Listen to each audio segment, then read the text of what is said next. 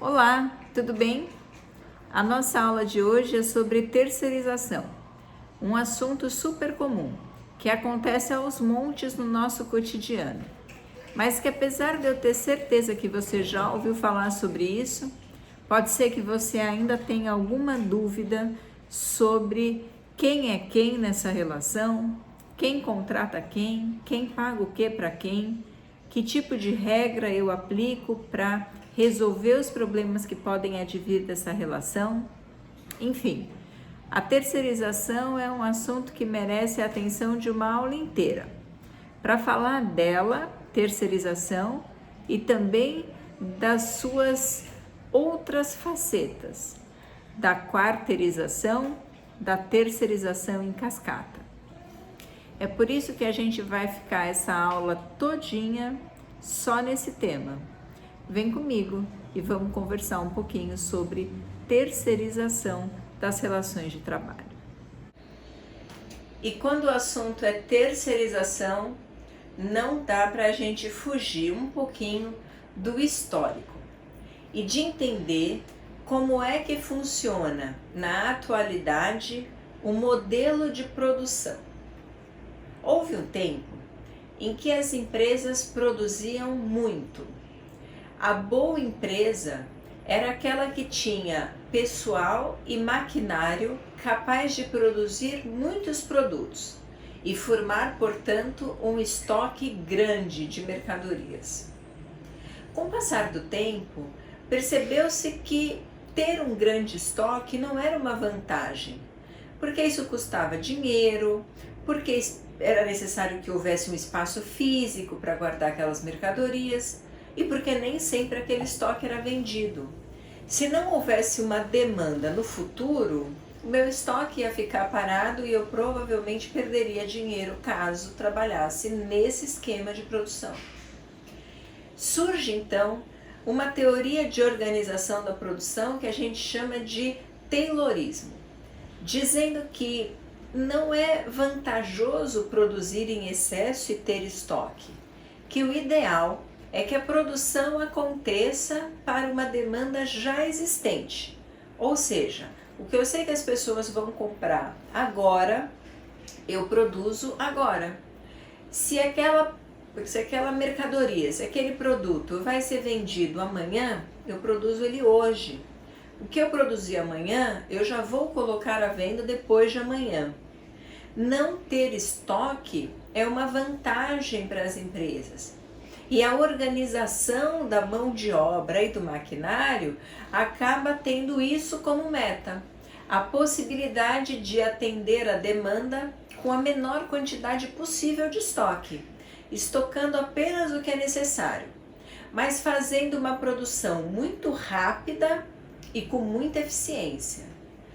Bom, se eu preciso produzir muito bem uma determinada coisa, um determinado produto, e se tenho que fazer isso muito rápido, eu preciso dedicar a maior parte da minha atenção como empresa na mão de obra qualificada, na mão de obra que vai fazer aquilo que eu, empresa, nasci para oferecer. Se eu sou uma empresa que vende roupa, por exemplo, que é uma confecção, eu preciso ter as melhores máquinas, as melhores costureiras, as melhores modelistas e preciso tratar dessa mão de obra que faz roupa, que é o que a minha empresa oferece no mercado, para que eles façam a melhor roupa possível no menor tempo possível. A ideia da terceirização nasce nesse contexto, porque uma empresa, não importa o que ela faça, ela precisa de muitos empregados para funcionar. Empregados que podem ser qualificados, ou seja, na minha confecção eu tenho quem faça corte, costura, quem crie tecido, quem faça o modelo das roupas que eu vou vender. Então eu posso ter dentro de uma empresa uma mão de obra qualificada, como também preciso ter aquilo que a gente chama de mão de obra instrumental. Porque essa empresa aqui, que é a confecção, ela precisa de costureira, mas também precisa de um segurança na porta. Também precisa de alguém que cuide da limpeza. Também precisa de alguém que faça controle e administração de estoque. Também precisa de alguém que faça atendimento de telemarketing. Também precisa de alguém que cuide do refeitório e faça as refeições. Ou seja, uma empresa que é uma confecção, que nasceu para fazer roupa, precisa de costureira e de mais um outro tanto de empregados que vão fazer coisas que não tem nada a ver com o objeto dessa empresa, com a finalidade dela. Então, se essa empresa precisava ter uma atenção muito grande nessa mão de obra qualificada, precisa procurar as melhores costureiras, treinar, fiscalizar o trabalho dela, para conseguir produzir a melhor roupa possível no menor espaço de tempo possível, é razoável que essa empresa não precisasse perder tempo se preparando para contratar, treinar, fiscalizar essa outra mão de obra que não tem nada a ver com o objeto dela. Pô, o cara que é dono de uma confecção tem que entender de segurança? Tem que se estruturar para poder ter um vigia armado na porta do seu estabelecimento? Tem que entender de circuito interno de segurança, de câmera, para poder verificar e vistoriar o seu ambiente? Tem que entender de comida para montar um restaurante, ter gente que cozinhe. Como é que ele vai contratar uma cozinheira? O dono da confecção não tem nem critérios para isso. Então a terceirização pura, a ideia primeira de terceirização, nasce dessa situação em que uma empresa, ao invés de contratar pessoas que não têm nada a ver com o objeto dela, ao invés de contratar essa mão de obra meramente instrumental,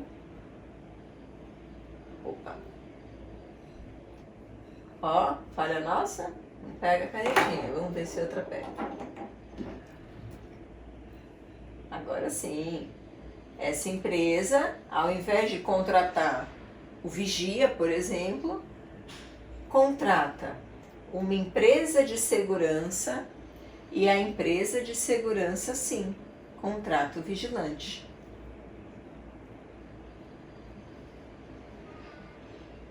Que vai trabalhar na confecção. Aqui, o contrato entre uma empresa e outra é um contrato comercial comum, lá do Código Civil. Agora, essa empresa de vigilância, de segurança, quando contrata o vigia, contrata ele como empregado. Só que essa empresa aqui contrata o empregado avisando para ele que ele vai trabalhar nas dependências desta outra empresa. A terceirização tem essa cara de triangulação. Sempre que a contratação de um empregado ocorrer desta forma, havendo uma empresa interposta aqui no meio, havendo uma outra pessoa intermediando esta relação, a relação provavelmente é de terceirização. Para a gente aqui na terceirização, essa empresa que contrata é chamada de empresa tomadora da mão de obra. A empresa que é contratada e que contrata o empregado é chamada de empresa prestadora do serviço. Quem assina a carteira de trabalho desse empregado? A empresa prestadora. Quem paga o salário dele? A empresa prestadora do serviço. Quem que emite holerite? Empresa prestadora de serviço. Quem tem que controlar férias, descanso semanal, pagamento de 13º salário, enfim. Quem é que é o verdadeiro patrão deste empregado? É a empresa prestadora, ainda que ele trabalhe dentro da tomadora de serviço. Agora, esta daqui é a terceirização tradicional. Aquela que poderia acontecer regularmente para que as empresas possam ter uma mão de obra instrumental que não tem relação com a atividade fim da empresa, sem que precise gastar sua energia com isso.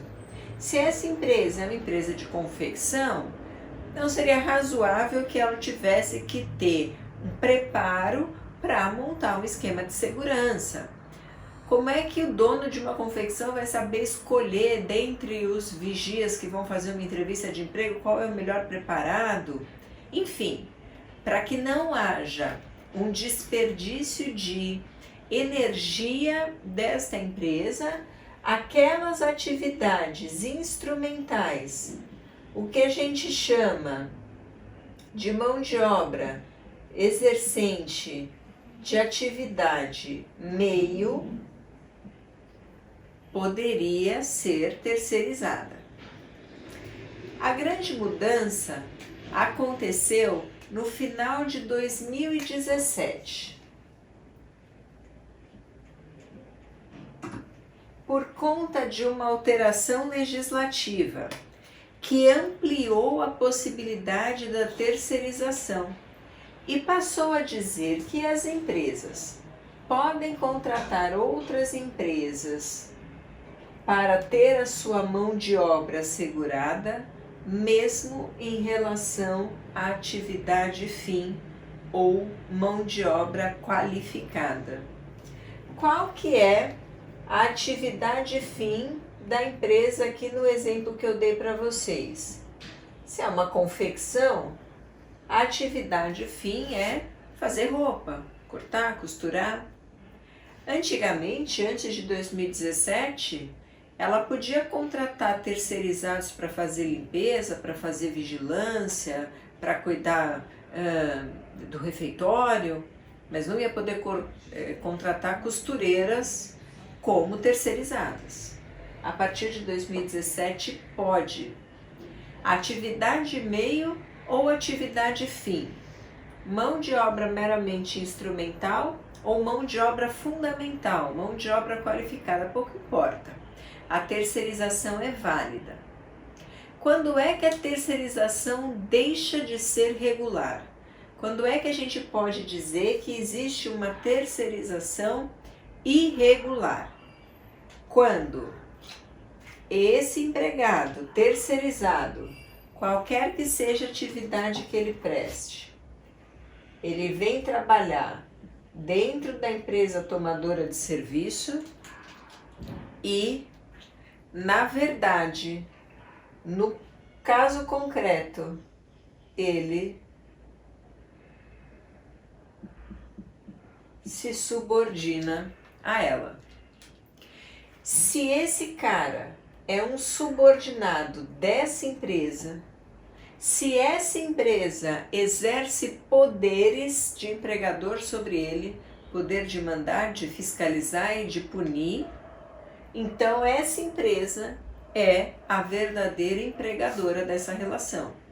E ainda que no papel exista uma empresa intermediando essa relação, a realidade demonstra que a relação de emprego é tida entre esse empregado aqui e a empresa tomadora. Olha um exemplo. Vamos supor que uma empresa tomadora de serviço contrate uma empresa prestadora desse serviço para limpeza. Uma empregada é encaminhada, direcionada por essa empresa aqui para trabalhar dentro da tomadora fazendo limpeza e chega atrasada 1 dia, 2 dias. No terceiro dia, Essa empresa aqui, por meio do dono, do gerente, do chefe, quem quer que seja, dá uma advertência para a moça da faxina que chegou atrasada, para a terceirizada que chegou atrasada. Vamos supor que depois ela continuou chegando atrasada em algumas oportunidades e esta empresa aqui aplicou em relação a ela a pena de suspensão. Espera aí, quem aplica advertência, suspensão, quem controla o meu ponto e tira satisfação comigo é o meu empregador. Nesse caso concreto, se essa circunstância ficar demonstrada, a gente esquece que existe intermediação e a relação passa a ser uma relação de emprego direta entre a empresa onde a pessoa trabalha e o empregado.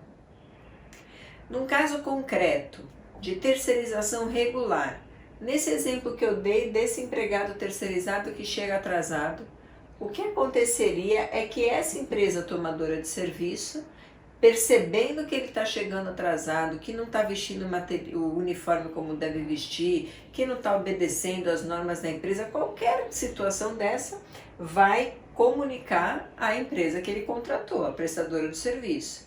Olha, você me mandou uma pessoa aqui para cuidar da faxina, que não está chegando na hora, que não está fazendo o serviço direito, estou tendo reclamação, não quero mais. Troca. Essa é a empresa que vai aplicar advertência, esta é a empresa que vai descontar salário se for o caso, esta é a empresa que manda embora se for o caso, esta é a patroa, é a empregadora desse cara. Sempre que a empresa tomadora de serviço se comportar como empregador, e passa a ser considerado empregador, e essa terceirização, essa intermediação é considerada inexistente, ainda que ela exista no papel. Pois bem, a gente viu o que é uma terceirização e o que ela precisa para ser lícita. Mas acontece, como a gente acabou de ver, que essa terceirização, ela pode, a partir de 2017, ser realizada em relação a diversas funções para a contratação de diversa mão de obra, de forma que a empresa tomadora do serviço acaba tendo que coordenar muitas empresas que contratam muitos empregados que trabalham aqui dentro. Para facilitar essa gestão, criou-se a possibilidade do que a gente chama de quarteirização. O que é a quarteirização? É a contratação de uma empresa de gestão ou de administração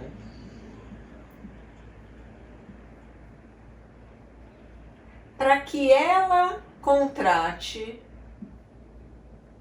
as empresas prestadoras de serviço, para que as prestadoras de serviço contratem os empregados, para que esses empregados, então, trabalhem dentro da tomadora.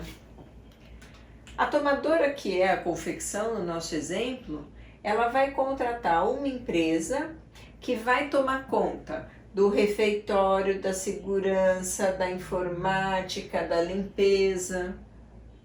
E essa empresa administradora, para fazer isso, para garantir que essa confecção vai estar limpa, segura, organizada, com internet, com tecnologia, esta empresa contrata as prestadoras de serviço. As prestadoras de serviço contratam os empregados e os empregados vêm trabalhar aqui dentro. Repara que agora eu não tenho mais 3 figuras nessa relação, mas sim 4. O tomador de serviço, a empresa administradora, a empresa prestadora e o empregado. É por isso que para isso daqui a gente não chama de terceirização, mas sim de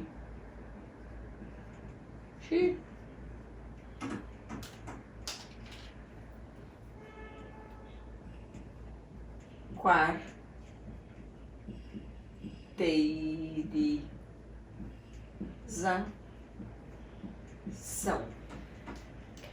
Isso é relação de quarteirização, que é possível e que pode ocorrer de forma absolutamente lícita. Não existe irregularidade nisso. Mas é importante a gente entender que a quarteirização não se confunde e não tem nada a ver com a terceirização em cascata. Terceirização em cascata acontece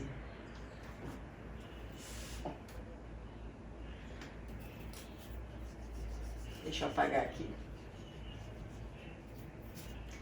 Quando a empresa tomadora de serviço contrata uma prestadora,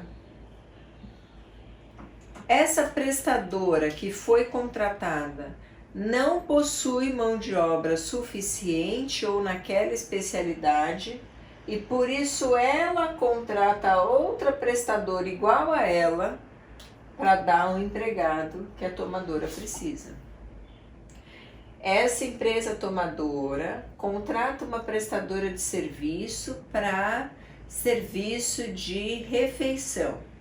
Vai cuidar do refeitório, fazer a comida, distribuir, etc e tal.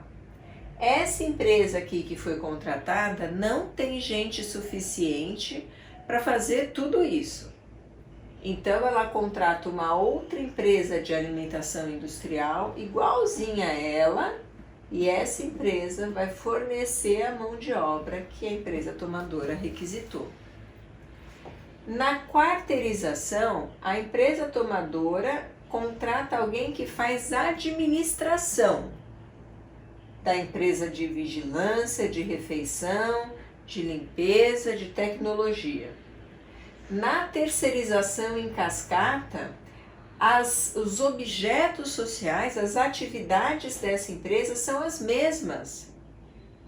Só que como eu não dou conta, eu contrato outra, que contrata outra, que contrata outra, e uma fica intermediando o serviço para outra.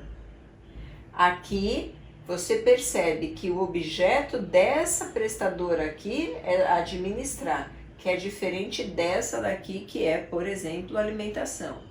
Na terceirização em cascata, as duas empresas que fazem parte dessa prestação de serviço têm a mesma finalidade, o mesmo objeto. Então, terceirização pura é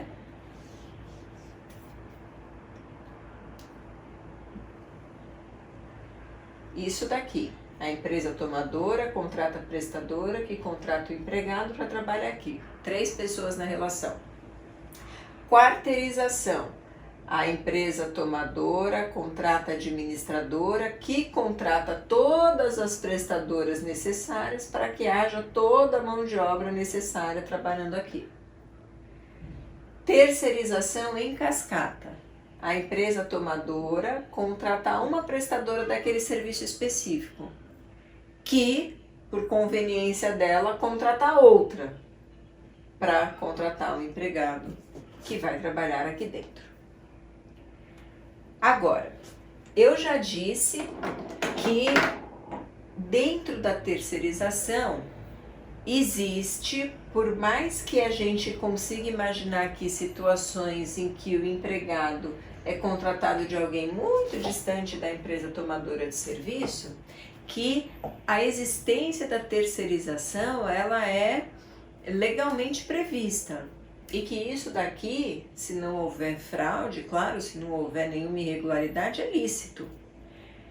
Então, eu te pergunto, será que Essa empresa tomadora, sabendo disso, não pode fazer a seguinte tramóia? Deixa eu desenhar aqui.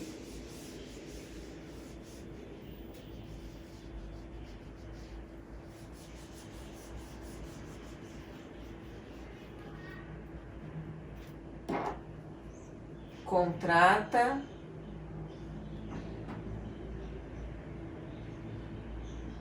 um bando de empresa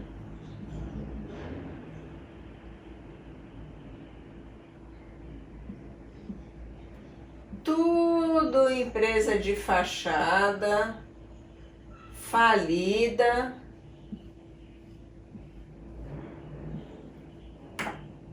para que essas empresas, desculpe, contratem os empregados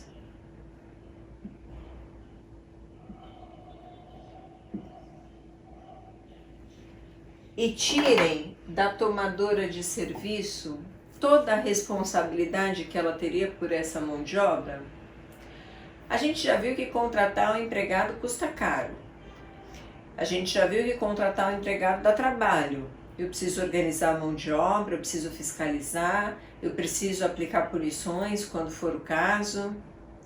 Se eu puder me livrar do estorvo que é contratar diretamente o empregado e ter ainda assim um empregado trabalhando para mim, fazendo o que eu quero, muito melhor.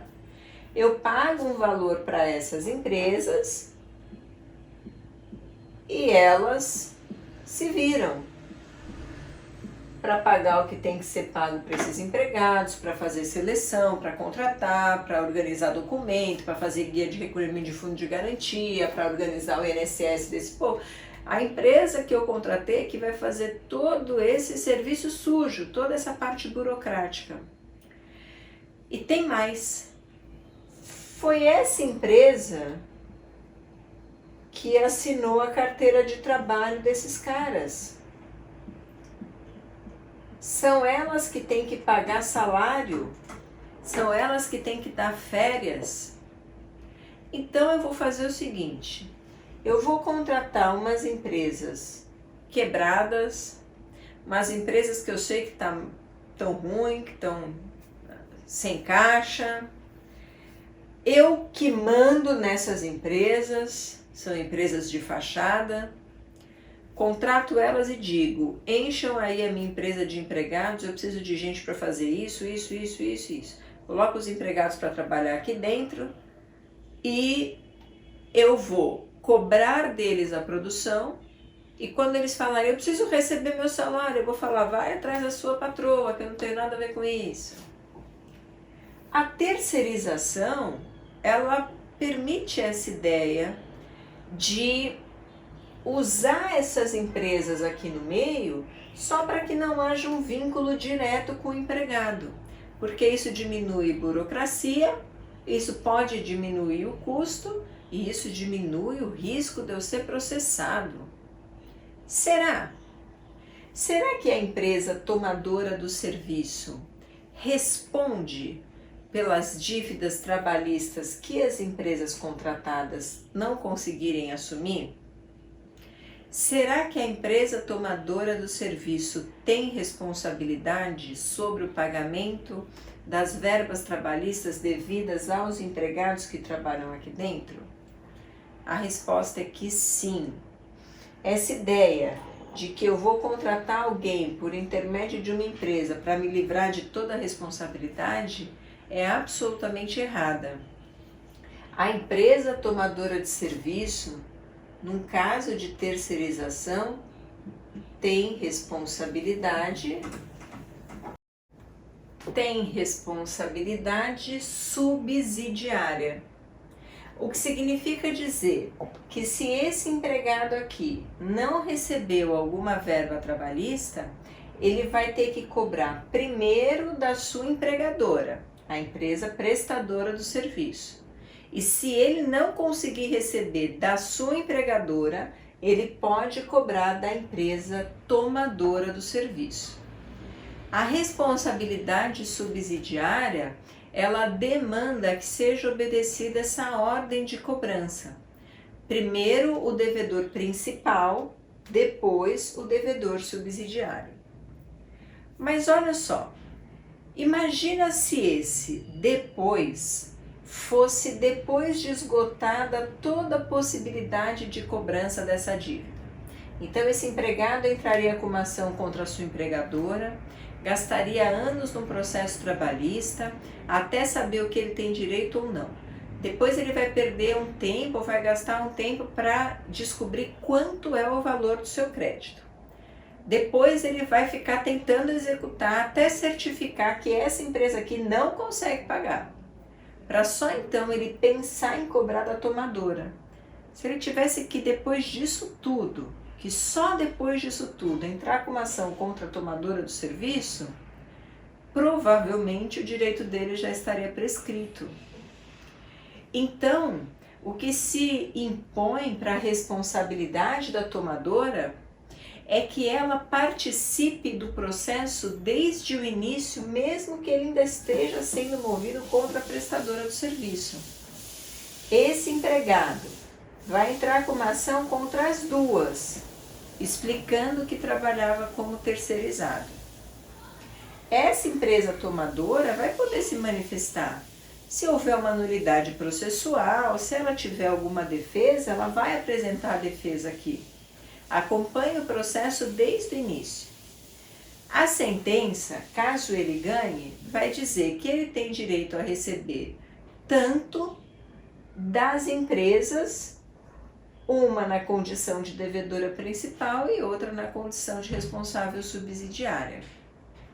E aí, na fase em que ele tenta efetivamente receber esse dinheiro, na fase de execução, ele primeiro vai tentar receber dela, essa daqui fica só olhando, para depois, se essa daqui não tiver condições de pagar, a empresa tomadora responder por essa dívida.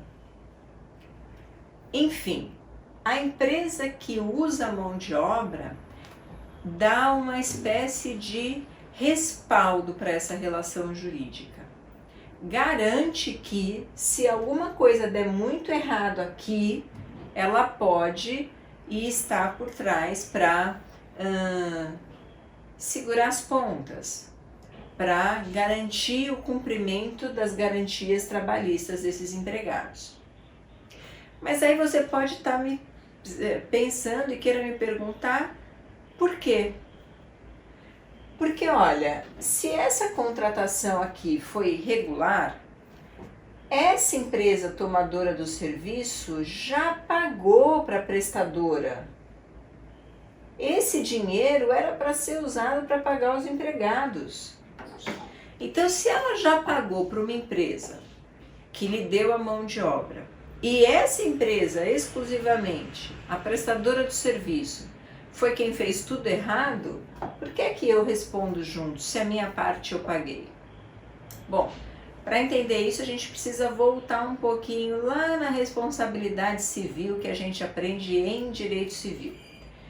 Quando a gente fala de responsabilidade por ato de terceiros, ou seja, alguém que se responsabiliza por uma coisa errada que outra pessoa fez, a gente sabe que existe, além do clássico de dolo e culpa, imprudência, negligência e imperícia, também as culpas pela eleição daquela pessoa, pela escolha daquela pessoa, pela fiscalização da atividade da pessoa. Se eu contrato alguém para fazer alguma coisa no meu lugar, caso esta pessoa faça errado, eu respondo junto, porque eu escolhi a pessoa errada, culpa em elegendo, ou porque no mínimo eu não tomei conta do que aquela pessoa que está fazendo o que eu devia estar fazendo fez, culpa em vigilando. Culpa em elegendo e culpa em vigilando justificam que exista a responsabilidade da empresa tomadora do serviço. A empresa então responde subsidiariamente depois da prestadora do serviço. Bom, o principal de terceirização e a parte mais complexa da matéria a gente conversou nessa aula. Mas existem algumas outras questões um pouco mais teóricas que eu vou colocar lá no material de apoio. Então, se você está vendo essa aula, saiba que precisa completar o conteúdo dela com o PDF que eu estou disponibilizando. Lá a gente vai tratar das questões burocráticas e formais que autorizam que alguém seja uma prestadora de mão de obra. A gente vai ver questões como as formalidades dessa contratação. Como eu disse, aspectos um pouco mais teóricos, mas que são necessários para que a gente compreenda exatamente a questão da terceirização. Não adianta ler só o material de apoio, porque o que eu disse aqui não está lá. E é fundamental que essa aula seja assistida antes da consulta ao material de apoio. Só assim você vai conseguir entender exatamente o que está acontecendo em relação à terceirização na atualidade. Se você conhece alguém que também está assistindo essa aula ou que pegou o material de apoio sem assistir essa aula, avisa que o estudo deve ser conjunto. Primeiro a aula, depois o material. Eu espero que vocês tenham compreendido. Se ficou qualquer dúvida, me manda de alguma forma. Eu vou tentar responder todas elas no menor espaço de tempo possível. É muito importante que essa matéria esteja absolutamente fixa na sua cabeça, porque eu tenho certeza que alguma hora na sua vida você vai ter diante de si um caso prático de terceirização. E é preciso que a gente saiba, pelo menos, saber onde procurar as soluções para o caso concreto. Eu te espero na próxima aula. Até lá, um beijo e tchau!